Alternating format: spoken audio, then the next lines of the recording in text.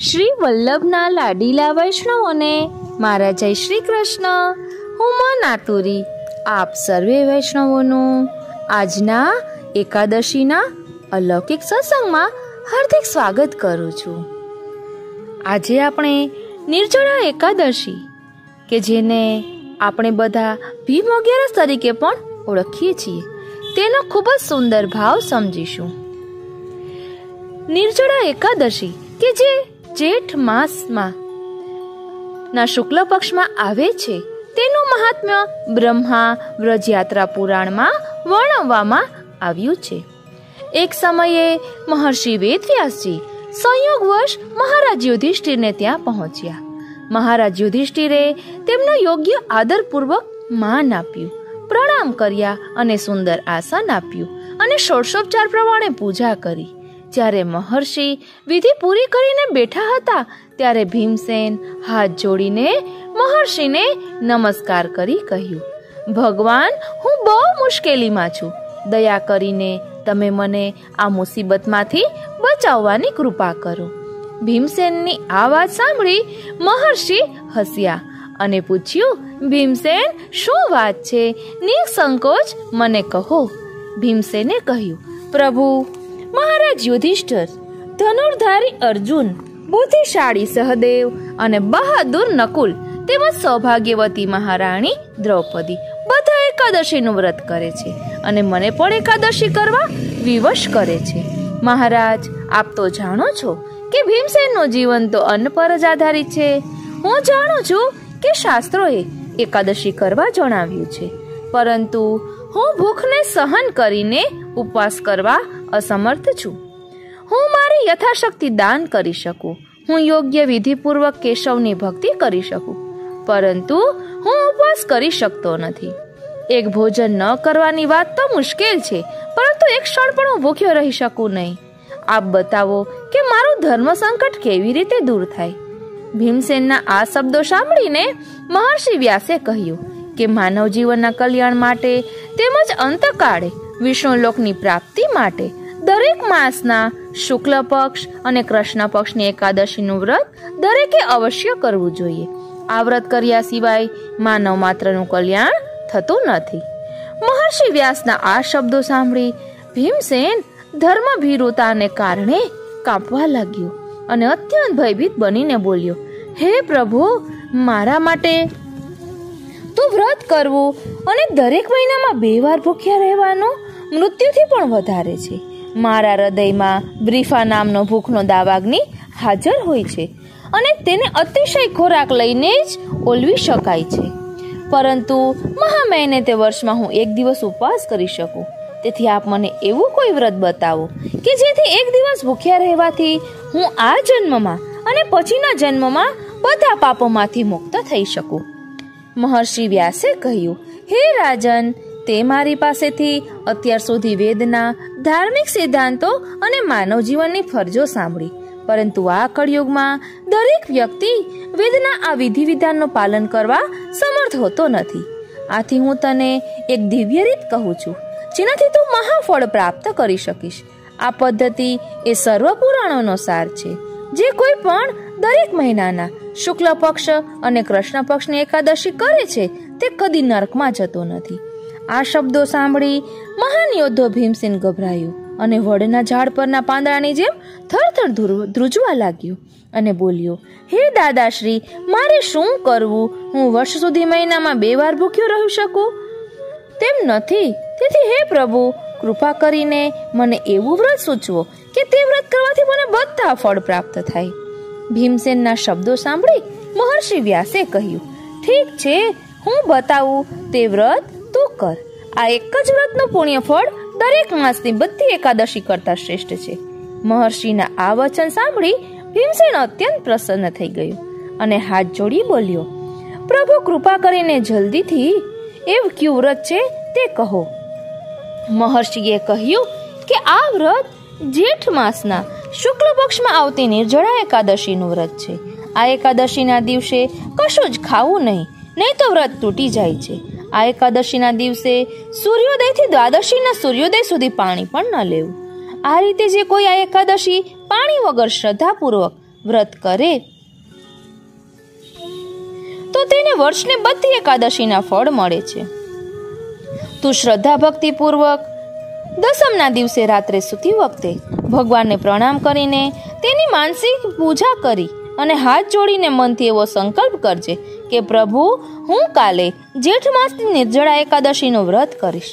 મને શક્તિ આપજો કે હું વ્રત પૂર્ણ કરું. બીજા દિવસે નિર્જળ એકાદશીના દિવસે નિરાહાર અને નિર્જળ રહો ત્યાં સુધી કે આચમનમાં પણ જલ ગ્રહણ ન કરવું. હે ભીમસેન, હવે આ એકાદશી કરવાથી શું પુણ્ય મળે છે તે સાંભળ. આ એકાદશીનું વ્રત કરવાથી વર્ષની 24 એકાદશી કરવાનું ફળ મળે છે.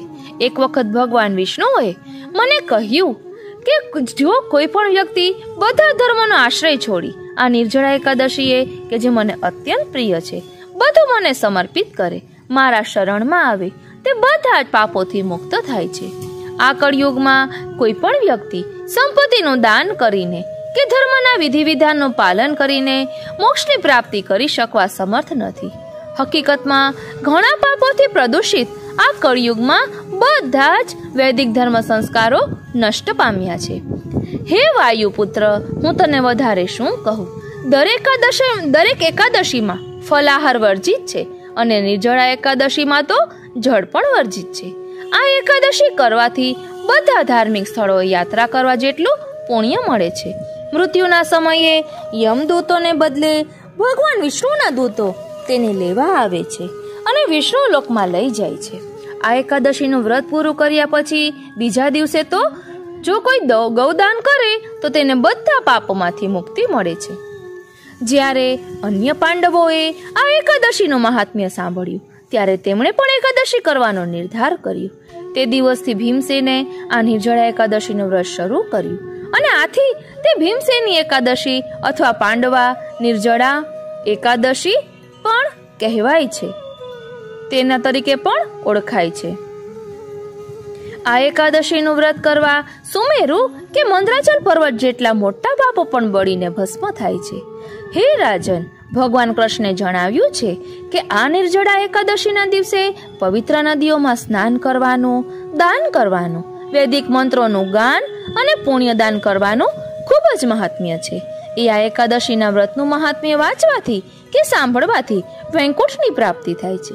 અમાસના દિવસે સૂર્યગ્રહણ હોય અને વ્રત કરી પિતૃઓને શ્રદ્ધાંજલિ આપવાથી જે ફળ મળે છે તે ફક્ત નિર્જળા એકાદશીના વ્રતનો મહિમા સાંભળવાથી મળે છે. હવે પુષ્ટિ માર્ગીય મહાત્મ્ય અને ભાવના જોઈએ. મહાભારત અને પદ્મ પુરાણમાં નિર્જળા એકાદશીનું મહાત્મ્ય બતાવવામાં આવ્યું છે કે આ એકાદશીએ જો કોઈ પાણી વગર શ્રદ્ધાપૂર્વક વ્રત કરે અને ભગવાનની ભક્તિ કરે તો તેને બધી એકાદશીનું ફળ મળે છે. જળ પણ ન લેવાય, તેથી તેને નિર્જળા એકાદશી કહે છે.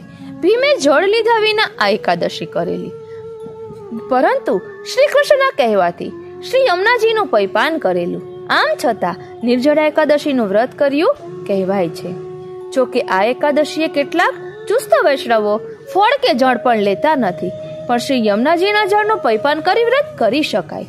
ભીમે શ્રી યમુનાજીનું પૈપાન કરી વ્રત કરેલું અને કુંભમાં જળ ભરી સુવર્ણ મૂકી મહર્ષિ વ્યાસને દાન કર્યું હતું. આથી કેટલાક કુંભમાં જળ ભરી દાન કરે છે, પરંતુ પુષ્ટિમાં સ્નાન દાન વિધિ પ્રભુ સેવા કરવામાં સમાઈ જાય છે. હવે મર્યાદા માર્ગીય ભાવના જોઈએ તો ભીમે કૃષ્ણના કહેવાથી અને મહર્ષિ વ્યાસના ઉપદેશથી નિર્જળા એકાદશીનું વ્રત કર્યું અને કુંભમાં જળ ભરી સુવર્ણ મૂકી તેનું દાન કર્યું, ઉપરાંત ગૌદાન પણ કર્યું. કારણ કે મર્યાદા માર્ગમાં એકાદશીએ કરેલા જપ, તપ, દાન, સ્નાન, ભજન, પૂજન, હોમ આદિ બધું અક્ષય છે અને તેને મરણ વખતે યમદૂતો લઈ જઈ શકતા નથી, પરંતુ વૈકુંઠમાંથી ભગવાન વિષ્ણુના પાર્ષદો આવે છે અને આ રીતે વૈકુંઠ ધામની પ્રાપ્તિ થાય છે. આ મહાભારત અને પદ્મ પુરાણમાં નિર્જળા એકાદશીનું મહાત્મ્ય કહેલું છે.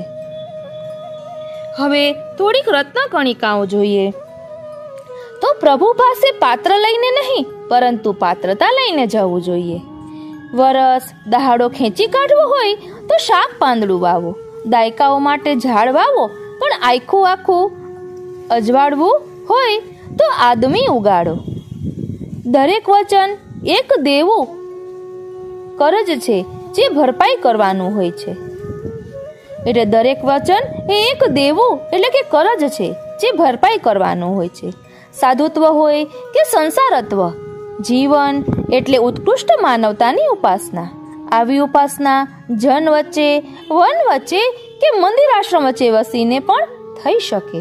સ્થળ અગત્યનું નથી, અગત્યની છે દાનત. સંસારી જન નહીં સજન બને એ એના સંસાર નિવાસની સાર્થકતા. ગૃહસ્થ ગૃહવાસી નહીં પણ સદગૃહસ્થ બને એ એની સિદ્ધિ. તેવી જ રીતે ખાધું પીધું અને મોજ કરીના પરાવલંબી દ્રષ્ટિકોણથી જે સાધુત્વ પ્રસાર કરે એ સમાજ માટે બોજારૂપ. લાત મારનારની તાકાતને લાચારીપૂર્વક સહેવાની સમાધાન વૃત્તિ કે સ્વાર્થપૂર્ણ ગણતરીએ જ આપણા સૌનું હીર ખમીર ઝૂંટવી લીધું છે. માત્ર ઈચ્છાઓથી દોડતા માનવીને પ્રત્યેક સ્થિતિમાં દુઃખ દેખાતું હોય છે અને એને પરિણામે જ એનું જીવન નિરાશાજનક કે હતાશાપૂર્ણ બનતું હોય છે. આપણો માર્ગ જ જો આપણને લક્ષ્ય સુધી પહોંચાડનાર ન હોય તો ભટકવું જ આપણી જિંદગીભરની નિયતિ બનશે. એટલે આપણા પ્રયાસો સફળ થતા નથી. શું આપણે જે બનવા માંગીએ છીએ તે બની શકીએ છીએ ખરા?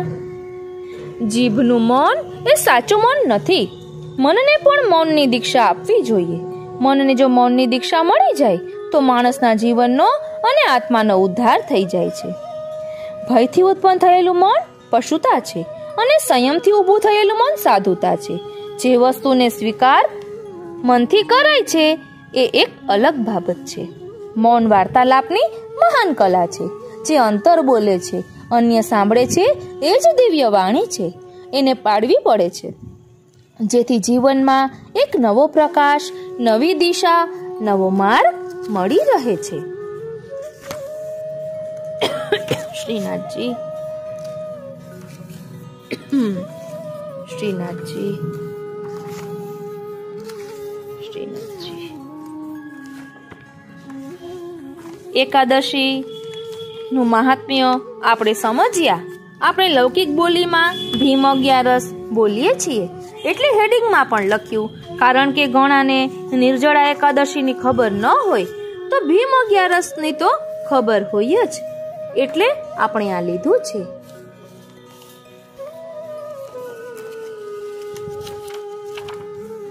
આ રીતે આપણે રત્નકણિકાઓનું પણ ભાવદર્શન કર્યું. હજી થોડીક રત્નકણિકાઓ જોઈએ તો બહારથી માણસને સુધારો એટલે ઉપરથી એનું વર્તન શેતાનત્વ છોડી સાધુત્વ ગ્રહણ કરી ચૂક્યું હોય તેમ લાગે, પણ જો વ્યક્તિનું આંતરમન સુધાર્યું ન હોય, એનું અંતઃકરણ વિમલ બન્યું ન હોય તો એનામાં શેતાનત્વ નાબૂદ નહીં થાય.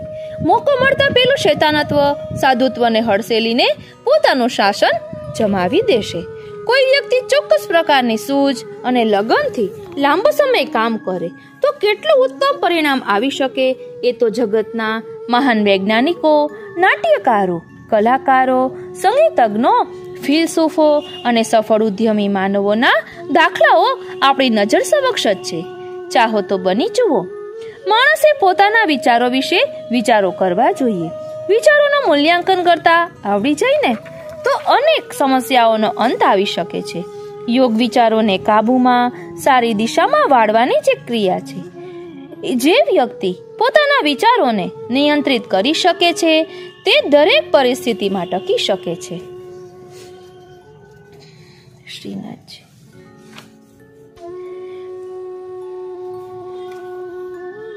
વિવેક, ધ્યેય અને ભગવદ આશ્રયનું સતત જતન કરતા રહેવું. સંસાર વ્યવહારમાંની થોડી પણ ખંત ભગવાન માટે રાખો. સંસારની અપૂર્ણ બાબતોમાંથી સમાધાન ક્યારેય મળનાર નથી. સંત એ કે જે સંસારના દુઃખથી છૂટી બીજાને છોડાવે. બાહ્ય આડંબરી સાધુ કરતા અંતરના સાધુ ગૃહસ્થો ઉત્તમ છે. સાચા સદગુરુ મળે તો ભવરોગ ટળે.